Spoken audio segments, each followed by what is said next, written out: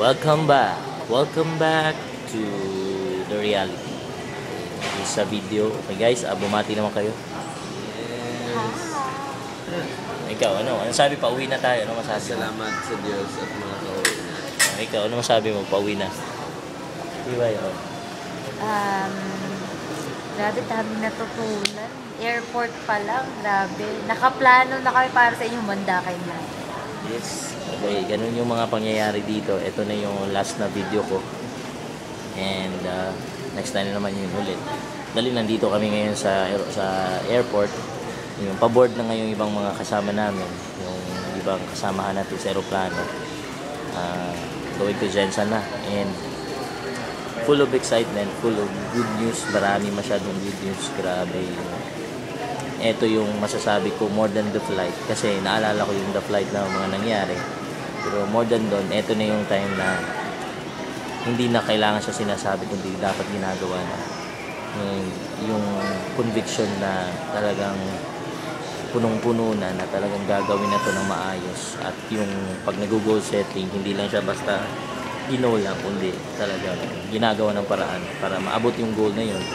And again guys, sila laging sinasabi is ang ating industry is a number game. It's a numbers game.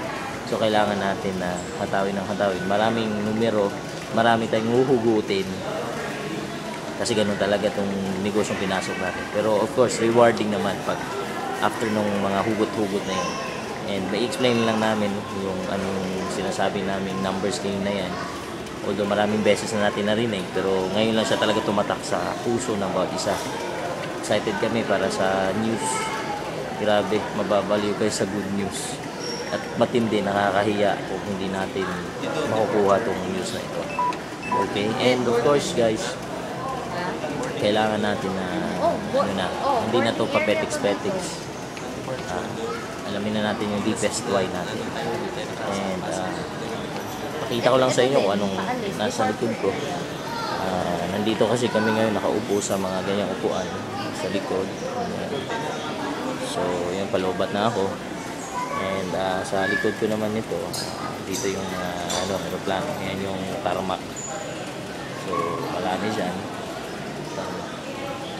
Anyway, yan pala yung aeroplano sasakyan namin.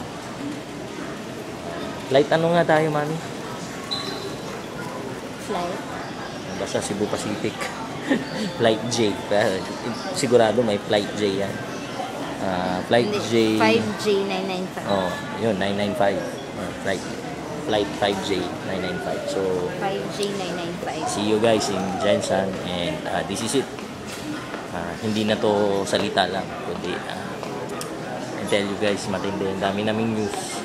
Tanong nyo na lahat ng gusto nyo itanong.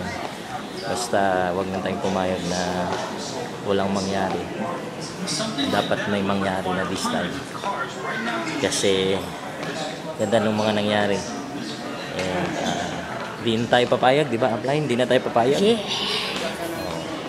So, kung kailangan na mag-strategize tayo ng maayos, gagawin natin yan. Of course, nandun pa rin tayo, pasok pa rin tayo sa ating sistema na Rule 3. And see you guys in Jensen. So, see you again. Ito na lang. Papasok na kami. Bye-bye.